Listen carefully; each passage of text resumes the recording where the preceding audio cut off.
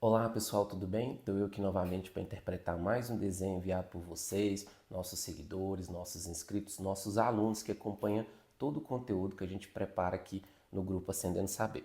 Hoje nós vamos interpretar o desenho enviado pela nossa seguidora Daniela. Muito obrigado, Daniela, por acompanhar nosso trabalho, por ser nossa aluna. Enfim, obrigado mesmo pela confiança. O desenho que a Daniela nos enviou, ele é muito interessante, que ele comunica com uma síndrome muito comum, conhecida como Síndrome do Príncipe Destronado. Se você não sabe do que eu estou falando, pode ficar tranquilo que eu vou explicar ao longo do vídeo, ao longo do que eu faço essa interpretação, tá bom? Segundo a Daniela, essa criança, ela desenhou esse desenho, ela fez esse desenho assim que seu irmão mais novo nasceu.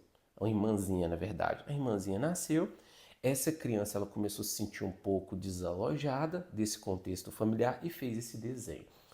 A primeira coisa que nos chama a atenção é que nesse desenho tem apenas três pessoas. Tem a mãe da criança que fez o desenho, o pai e o irmãozinho. A irmãzinha, melhor dizendo, não tem a própria criança que desenhou. Isso já mostra para a gente uma característica muito marcante da síndrome do príncipe destronado. Uma criança de 5 anos se sentindo isolada, anulada, apagada desse contexto familiar, como se ela não estivesse nesse contexto familiar. Nós precisamos entender que uma criança de 5 anos de idade, ela está saindo do complexo de Édipo e indo para o complexo de castração, não é isso? Ela está migrando para uma estrutura de personalidade mais saudável. E isso é marcado por algumas cisões. O pai e a mãe dessa criança faz uma série de cisões. Essa criança ela larga de ficar só com a família, começa a ser inserida no contexto escolar, não é assim? Não tem a pré-escola, a partir dos 4, 5 anos de idade. Essa criança ela começa já a dormir sozinha, essa criança já começa a ter que tomar seu banho sozinha, fazer uma série de atividades. Ela tem um protagonismo e uma autonomia maior. É exigido do pai e da mãe dessa criança esse tipo de conduta para que ela se desenvolva. É natural e é saudável que isso aconteça. Então, é saudável que a criança também sinta que ela está perdendo suas figuras de apego, suas figuras de demanda de amor e apego, como o pai e a mãe. Porque cada vez mais esses objetos de desejo, essas figuras de apego, estão sendo tiradas dessa criança. Faz sentido para vocês? E é natural que isso aconteça. Só que ao mesmo tempo que tudo isso está acontecendo, vem uma outra criança. Surge uma nova criança nesse cenário familiar.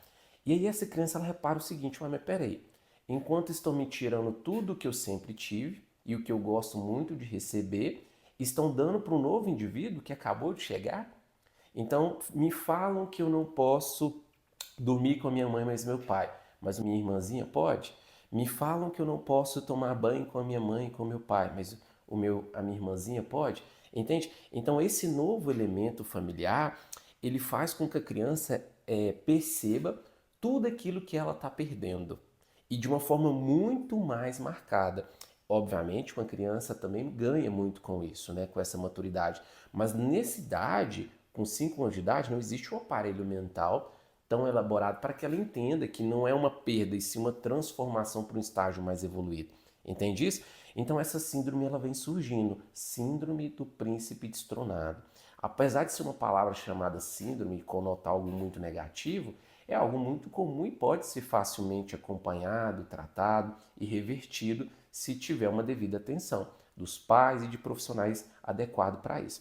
Mas a gente já consegue ver de cara isso, ou seja, ela colocou a mãe, o pai e a irmãzinha, mas não se inseriu nesse contexto familiar. Aqui a gente já vê essa marca muito forte. Olha para você ver que interessante. Também nós temos o tamanho das figuras dos pais. O pai e a mãe são figuras muito grandes, que alojam grande parte desse papel, mostrando o quão significativo é o afeto que essa criança canaliza por esses pais. Isso é muito comum para uma criança que ainda não migrou para o estágio de desenvolvimento posterior. Ou seja, na cabeça dessa criança, a figura do pai, a figura da mãe ainda são as figuras centrais de sua vida. Tomam um espaço muito grande na sua dimensão psicoemocional, por isso ocupam tamanho e espaço nesse desenho, nessa folha. Faz sentido? Conseguem perceber isso? Com o passar do tempo, essa criança ela vai criando amizades, ela vai fazendo outras atividades e esse pai e essa mãe vão ocupando um espaço menor na dimensão psicoemocional dessa criança, mas ainda tem um espaço e sempre vai ter. Mas, obviamente, o desenho vai ficando mais distribuído. A criança ela vai se colocando no centro da sua dimensão psicoemocional e tirando essas figuras de apego que é o pai e a mãe. Interessantíssimo, né? Mas olha outras representações que nós temos aqui também. Nós temos a representação dos olhos. Olha esse olho escuro, esse olho rasurado, esse olho tampado com essa mancha preta. Esse olho tampado com essa mancha preta e todo sinalizado, todo voltado para a figura que está mais ao canto inferior direito, que é a irmã recém-nascida. Isso mostra para nós essa sinalização de que algo está tampando os olhos do meu pai, algo está tampando os olhos da minha mãe, virou uma mancha que impede que eles me vejam, impeça que eles vejam todas as minhas necessidades psicoemocionais, entende? Esse é o sentimento que a criança tem e ela deixa isso muito claro, esse olhar de interesse dos pais para com essa criança e que coloca essa mancha, coloca isso que obstrui o olhar para ela que criou esse desenho, tá? Então o tempo todo ela sinaliza isso com muito detalhe, tá? Eu sei que existem outras representações aqui que talvez vocês possam se assustar, né? A gente vê a representação de um falo na figura paterna, mas isso é natural dessa idade. É uma criança que, apesar de resistir, está migrando para o estágio posterior, entende? Então ela ainda tem essa ideia da figura do pai como uma figura fálica, poderosa, e provavelmente em algum momento ela viu esse pai dessa forma, viu o pai banhando, viu o pai sem roupa e projetou. Isso é natural. Daqui a pouco isso vai ser reprimido. Daqui a pouco isso vai para um plano mais inferior da mente da criança e ela segue a vida dela normalmente. Então esse desenho é muito claro e ele mostra de uma forma muito prática e direta a síndrome do príncipe destronado. Essa síndrome, se ela não for devidamente acompanhada, se ela não for olhada de perto por esses pais, elas podem desenvolver algumas complicações, como por exemplo um fenômeno chamado regressão. O que é regressão? Essa criança que está com 5 anos de idade, ela pode começar a apresentar comportamentos de uma criança de 0 a 3. Por que ela faz isso? Para ela ficar no mesmo nível de igualdade que o irmão mais novo e ter o mesmo tipo de atenção que o irmão mais novo tem. Entende? Então a criança ela não só bloqueia o estágio de desenvolvimento dela, ela para de progredir, como ela recua para um estágio menos evoluído.